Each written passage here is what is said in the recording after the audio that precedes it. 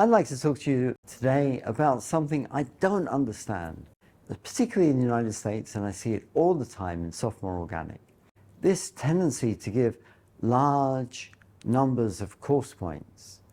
This is an example from a friend of mine. It's not bad, it's a round number, at least 600 points. This one is supposed to be 600 points, but actually to get to 600, a fudge factor is included. So it's not really out 600 points, it's corrected at the end of the course. Here's another one. I think I found this one on the internet. 650 points? Why? Why 650? Another one? This one is interesting. It says out of 500 points, but actually adds up to 550. And then there are two fudge factors. That's quite complicated. 660 points. And look, that means that 60 points corresponds to 9.1% of the grade. 300 points corresponds to 45.5%. Does this make things easier for anyone? How about 705 points? Or giving 1.75 points for an assignment? Not very straightforward. Are these systems designed for the prof grader? Are these systems designed for the students?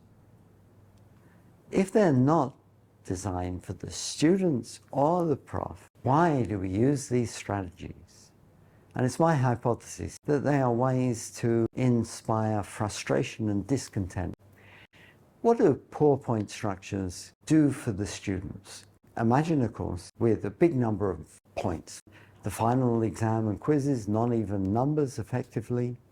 Different questions on a final or a quiz worth different numbers of points. Often this happens to get to that big number.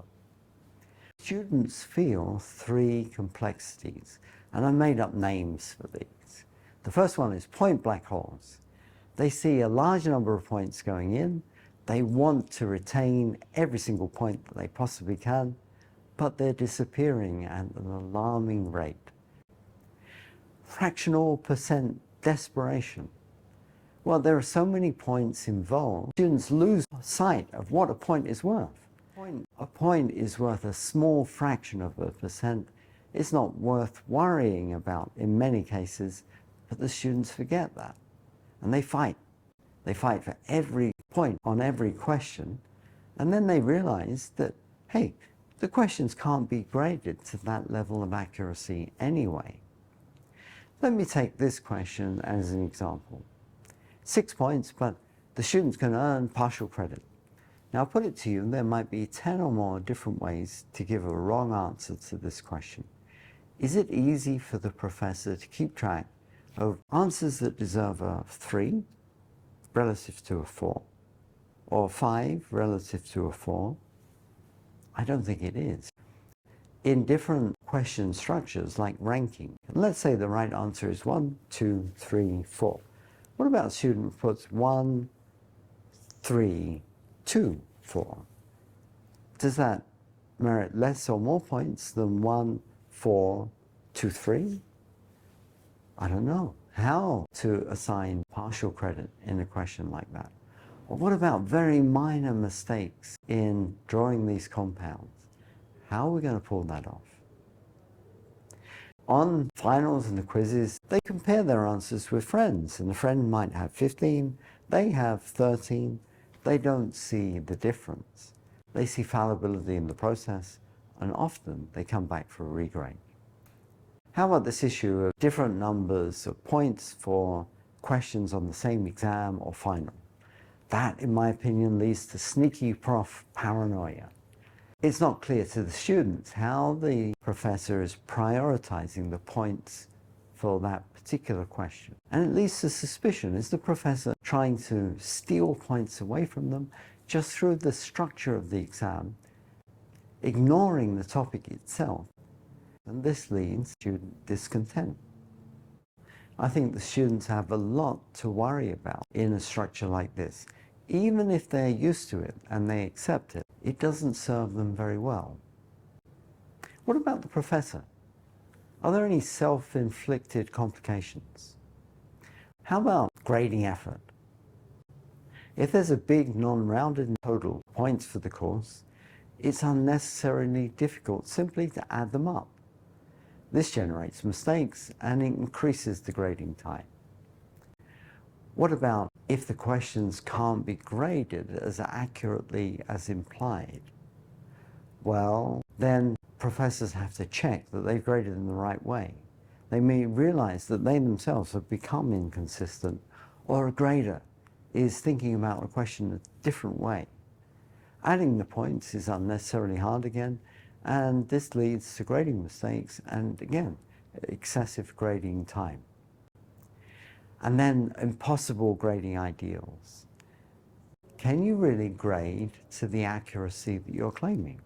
If on an exam, and again I took this from a syllabus I found on the web, a B range is 88.99 and down, an A is 89.00 and up.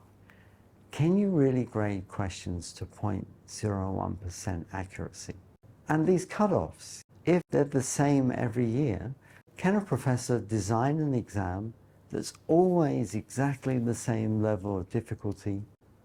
I don't think they can unless they use exactly the same test. That's not fair to the students. Okay, what about this one then? Again, a high level of accuracy is implied, but not to 2 decimal places. Still, the cutoffs are defined in advance of knowing how well the students do on the exam. The instructor may lower, but will not raise the number required for a letter grade. In other words, he or she only makes mistakes in one direction. He gives too many points, but he never gives not enough. Ridiculous, unfair. Questions on exams carrying different numbers of points. What does that mean to the professor? Well, first of all, what does the professor do? Is the question that carries more points more difficult? Or is it more important? Or is the time required to solve that question longer or shorter? What are the criteria? If the professor cannot be clear about that themselves, then how are the students supposed to guess? And for graders, it's confusing. If they're grading exams and one question is worth, say, 12 points, another one is worth 9 points, they forget this. They're going fast. They've got maybe hundreds of exams to grade. And again, they make mistakes, and this leads to excessive grading time. Let's imagine a course where there's 100 points total, and all the questions on the exams, or the quizzes, or the final are going to carry the same number of points. So my recipe for keeping things simple is 1 point equals 1%. How simple is that? From a student perspective, 0.% equity makes things easier to understand. They can see how many points and therefore how many percent they've got for the course so far. That clarity gives less end-of-year surprises. They can see the grading structure, all so simple and straightforward, and this leads to less ambiguities in grading.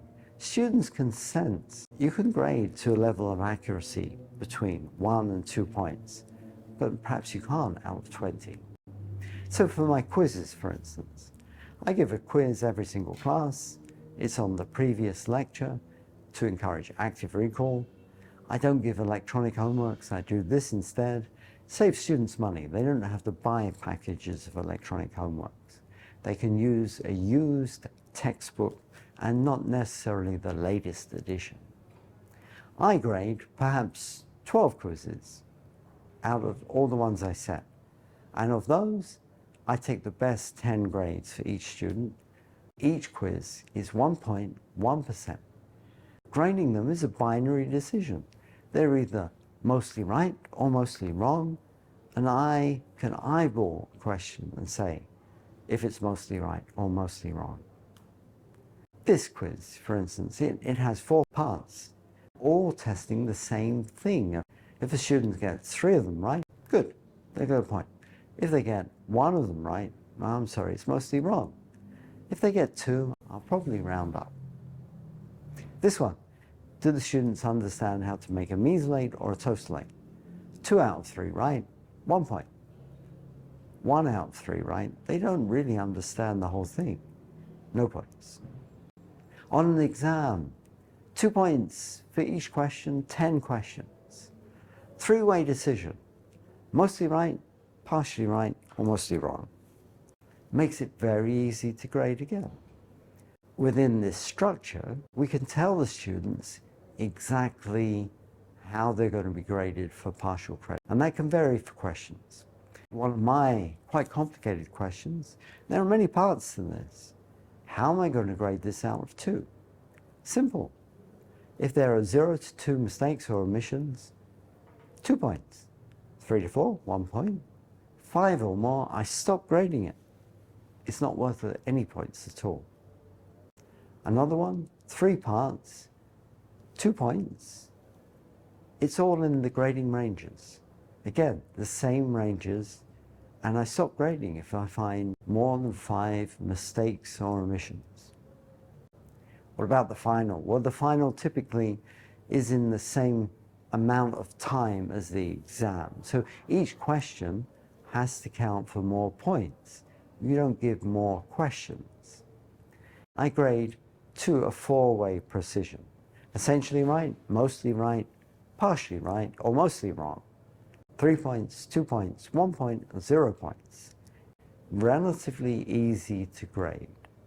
Each question is worth the same number of points. So for instance, for this question, this is in a year where the students have been doing very well up to that stage. So I wanted to grade them a bit more strictly to string out my curve a little bit. No mistakes or omissions, 3 points. 1 to 2, 2 points. 3 to 4, 1 point. Same grading scheme for this question here, 4 points, but I'm just really adding up the numbers of mistakes to determine the grade. How does this seem for the students? They like it that all the questions on the test are the same number of points. It's easy for them to prioritize. They just choose the easiest ones first. Clarity, course contentment. I like it too. If there's 100 points in the class, it's easy to keep track. I make fewer grading mistakes. It streamlines the grading time. There are less complaints because the students know my grading is accurate and easy. They can't compare with friends and find differences. If I have a grader, they like it too because it's straightforward to add everything up. It keeps everything simple. Overall then, there's a lot of reasons to like this system. This is an outrageous slide. Here I am talking about teaching. You can't read it. To summarize the key points, it's fairer and clearer to the students, in my opinion. It lowers student uncertainties and suspicions. I like that. They like that.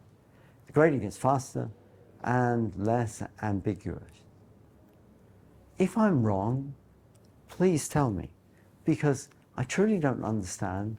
It makes perfect sense to me to keep everything simple. If you disagree, please tell me why in the comments below. I'd really love to know. Thank you very much. Bye-bye. I have 2 workbooks for sophomore organic chemistry. Sophomore Organic Chemistry by Inquisition, Book 1 and 2. They're available from www.byinquisition.org. I also have an electronic book available from Apple Books, and shortly, I hope, through Amazon Kindle. That's on bonding and hybridization, and it comes with embedded videos. The 2 workbooks, Sophomore Organic Chemistry by Inquisition, have a complete set of answers on the same website. Special thanks to Fulbright Malaysia, the Malaysian American Commission for Educational Exchange, and the School of Pharmacy at the University of Malaya for hosting my visit. Thank you all very much. Bye-bye.